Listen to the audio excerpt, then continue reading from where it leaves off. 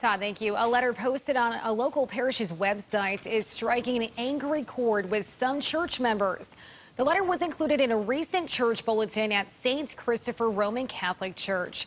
It's a school and church in Tonawanda. And News 4's Jen Shantz is hearing from a member of that congregation tonight. She tells us what the letter says and why some feel offended. Jen? Well, Don, that letter written by Father Stephen Jekalek addresses a church crisis, allegations of sexual abuse by clergy. Jekalek condemns that alleged abuse and calls for the offenders to be removed from the church. But he also, according to many congregation members, blames the abuse on society. As a gay man, I found it really hurtful. I felt like he was almost condoning homophobia. A letter in a recent bulletin at St. Christopher Parish is sparking concern from some church members, including this man who asked to stay anonymous. The letter, written by Father Stephen Jekalek, talks about alleged clergy sex abuse. Citing Pope Paul VI, Jekalek references cultural changes Paul VI warned about, including contraception, abortion, living together outside of marriage, and the acceptance of homosexual relationships. Sexuality has been an issue that the church really has been reluctant to deal with. John Paul XXIII didn't want to talk about it, says cultural anthropologist Professor Phillips Stevens.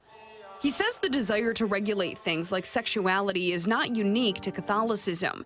This letter, he says, takes a very old school approach. This is an extremely conservative view. Catholics have long supported conservative social values, including the concept that marriage should be between a man and a woman. But that's not this church member's concern. Jekalek's letter goes on to say those cultural changes, identified as evil, have seeped into the church. Frankly, the issues aren't related here.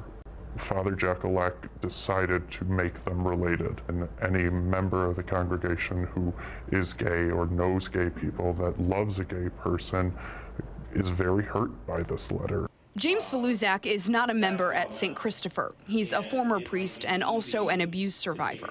How would average Catholics interpret this letter? I think there's a certain type of Catholic that would be edified by this type of language that would say, oh, we're finally hearing something preached about sin and evil. And I would certainly say that type of preaching needs to take place, but not first and foremost within the context of the phenomenon of clergy sexual abuse. This church member says attendance has dropped at St. Christopher in recent years. He's worried this will stop people from feeling welcome.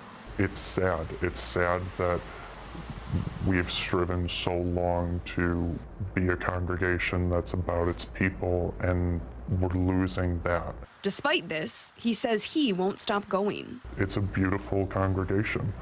The people are really wonderful people. Now, the church bulletin changes every Friday. A new one is up now. We did speak with Father Jekalek over the phone. He refused to talk on the record or allow us to quote him. The Buffalo Diocese tells us they have no comment on this story. Jen Shantz, News 4.